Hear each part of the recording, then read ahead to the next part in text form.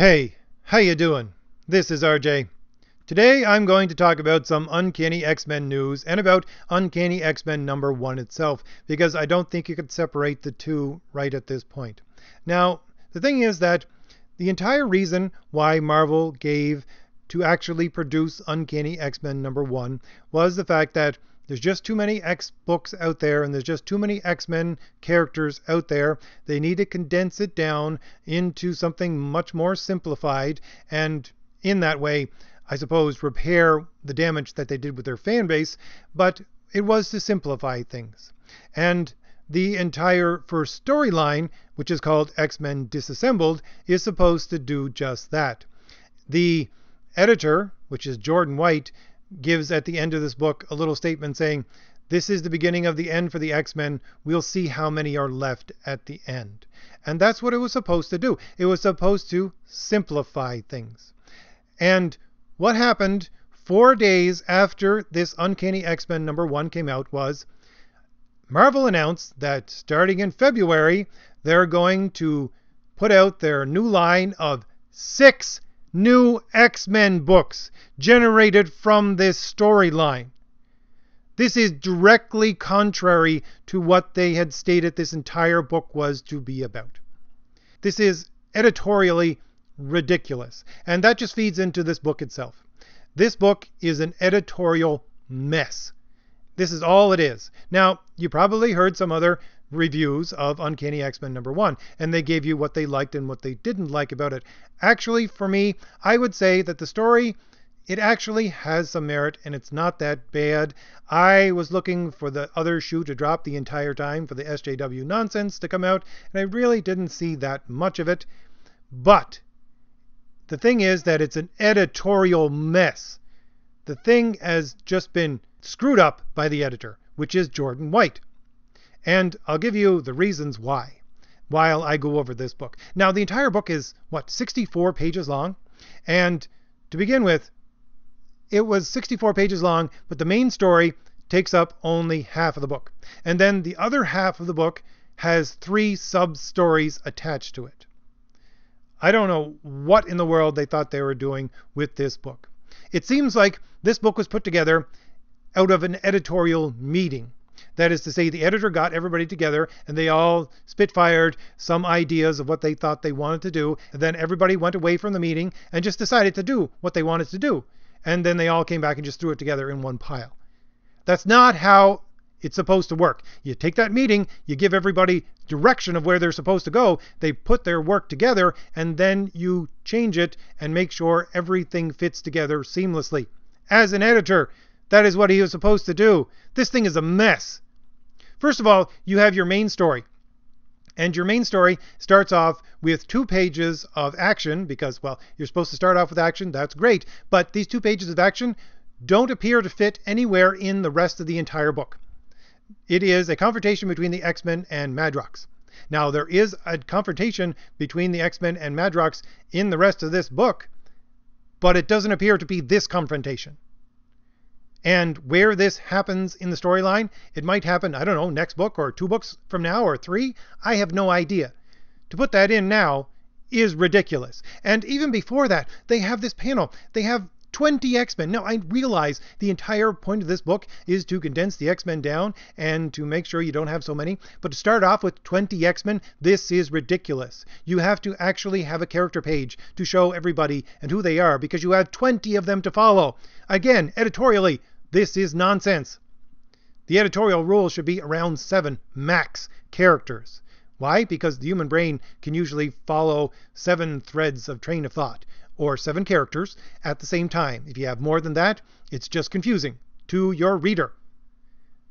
And the only way that you can get around that is to condense your characters into a team, crystallize them into a team so that the team becomes like one character, and that's it. So there isn't this 7, 8, 10, 20 characters that you have to follow at the same time. No, you just follow them as a team, as one unit, and therefore the brain will think of them as one. Nowhere in this book are the X-Men ever condensed into a team. Nowhere. They're just a bunch of random mutants running around all over the place. Now, there is a little bit of a good fight scene where some of the new X-Men try to join together as a team. That is the only place where it even hints at a team movement in this book. It's ridiculous. And to get back to the actual story, you have the main story, and it's interrupted by at least 2 subplots. Besides the fact that it starts off with a scene that has no connection to the rest of the book, it has a subplot of Beast and Storm being in Africa because something strange is going on with there being a lake appearing in the middle of a desert. Then you have another subplot of Angel talking to someone who isn't there, and then he just flies away in the middle of a battle. And then you have, besides that, the main story, which keeps switching back and forth between the new X-Men, who are having a battle with the Mutant Liberation Front, and the rest of the X-Men who are at this rally where a senator is saying we need to get rid of mutants, and then there is an attack by Madrox, and the rest of the X-Men fight to stop Madrox, and they don't do such a good job, and the senator disappears, and then the X-Men are blamed for it. Again, this is the man who actually edited this book, which is Jordan White, has been the editor of the X-Men for a while now. Both of these storylines, a senator declaring that they should get rid of mutants and the X-Men being blamed for something when they're trying to defend people, have not only been used to death in X-Men books, but they have both been used within the last year, within his run as editor on Marvel. To repeat the same thing over and over again is ridiculous, and as an editor, he should know that this has been used in these stories already this year. How you're supposed to draw people in with this, I don't know.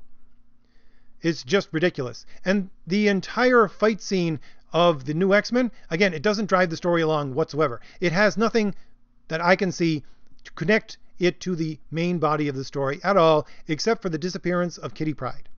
And why you need it, the disappearance of Kitty Pryde started within the first page, so why you need it like 6 or 7 more pages to actually have a battle scene with the Mutant Liberation Front that doesn't have anything to do with the rest of the story in this book is ridiculous. Have to condense it. You have to condense it down. And then you have the sub-stories.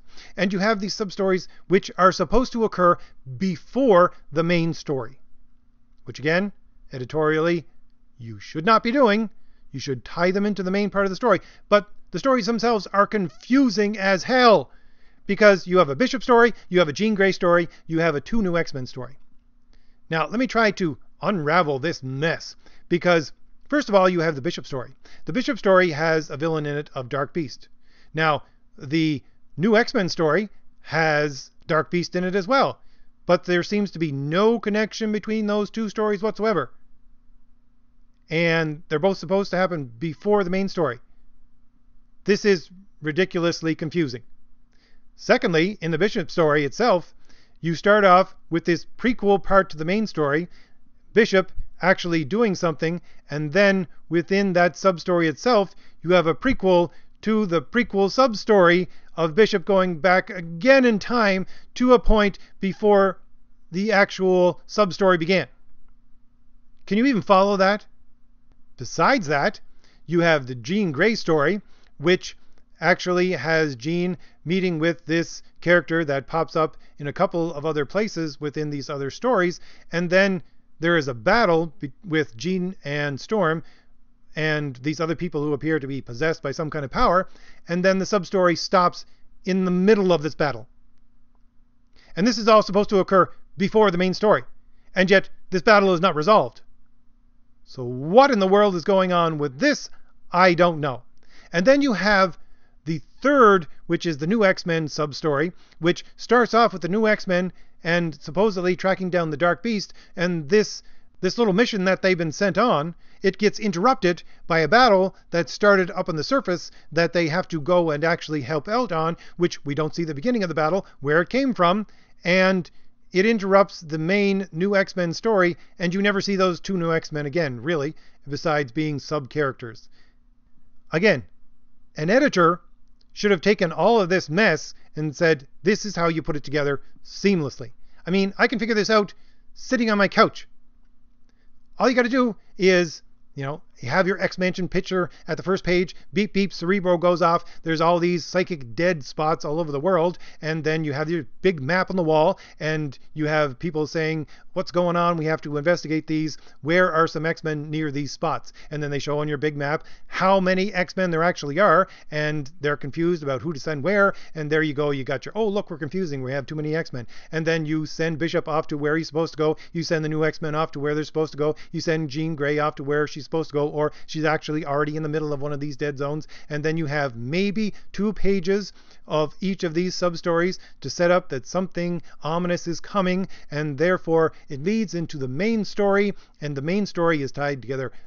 Again, you could also put the Storm and Beast one in there as well, because that's just another subplot, and stick it in at the first, as in one of these dead zones, and everything is leading up. The whole point of a story is that you're supposed to, in these, because this is like a chapter, right? A comic book is like a chapter. What you're supposed to do is lead up to a culmination point, and then have a hook so that you can make sure that your reader comes back. Now, your hook, and I'm going to give you spoilers here. If you want to stop it, go ahead. The spoiler is that the hook is that Kitty Pryde and the Senator were both kidnapped and are being held prisoner, and someone else is there prisoner with them. Who is that? Well, it's Apocalypse. And who in the world can actually capture Apocalypse and hold him prisoner? So again, this story could actually work. If they followed the exact reason why they're putting this story out there, that there's just too much confusion with these X-Men team. You don't actually need to sow confusion within the story itself to show that there's confusion and too many X-Men. You make it part of the story. You make it part of your seamless story that you're telling. You put too many people in there, and you make sure that it's the people in the story who are confused, not the person reading the story. This is an editorial mess, and I cannot see this getting any better because, of course, all of these subplots are supposedly going to be resolved in some of these later X-Men books.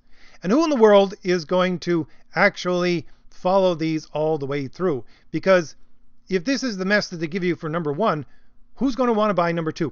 So their big plan to get people to actually buy and follow the story so that they can just splash it out there without actually having to do any editorial is that they're going to put them out 1 a week. And even 1 a week, I mean, really, I don't know how in the world you're going to follow all of these subplots and their resolution to actually make it an interesting story. And then, again, as I said, you get, in February, 6 new X-Men books coming out. Now, these are all new X-Men books that are supposed to be miniseries. And again, it looks like what they're trying to do is bring back something from the Age of Apocalypse. And they're trying to make it like that again. So you have 6 new books coming out, all of which are miniseries, none of which are going to appear to be in main continuity. So this is ridiculous. You have number 1, you have this team which looks like it has X-23 and the young Jean Grey and Nightcrawler and Cyclops with 1 arm, and I think maybe Cable, who's young, and a couple of other characters which might include Magneto and a couple of others called the Marvelous X-Men. And then you have the younger X-Men who are all students in X-Men Nitrogen, and then you have a story which is just a Nightcrawler story, which is called X-Men The Amazing Nightcrawler, and then you have another team which appears to be Iceman, Jubilee, Psylocke, the Blob, possibly, and another kid and another person who I can't even tell who they are, and that's X-Men Extremes. And then you have another story which appears to have Apocalypse actually leading an X-Men team, which I can't make out many of these X-Men except for Dazzler, and it's called X-Men Apocalypse and the Extracts. And then you have X-Men Prisoners X, which has Bishop, Trinary, Beast, Gabby, and Polaris. So you have these 6 new X-Men books coming out. This is how they're supposedly going to simplify things, by having everybody killed, and then supposedly something's going to happen to the continuity, and you're going to have 6 new books come out, and then from that you're going to have these 6 stories which are most probably going to be non-continuity stories. This is their plan to actually simplify the X-Men. And why I'm surprised, I guess, I don't know why I should be surprised, because they still have Jordan White on as the editor. Jordan White is the one who messed up the last set of X-Men books and drove them into the ground. And everything wrong with these books appears to be editorial in nature. Who in the world is making these decisions at Marvel? I don't know. Because X-Men is one of the last cash cows that they have left to sell books. And what do they do with their last cash cow? Well, they take a man who says he's a socialist and that he hates money and puts him in charge of their last cash cow. What in the world do they think they're doing? Anyways, if I've given you any new news to think about, then hit like, hit the shield in the lower right hand corner of your screen to subscribe, and leave me a message. Tell me what you think about this mess of Uncanny X-Men #1. Alright, I'll see you later. Bye.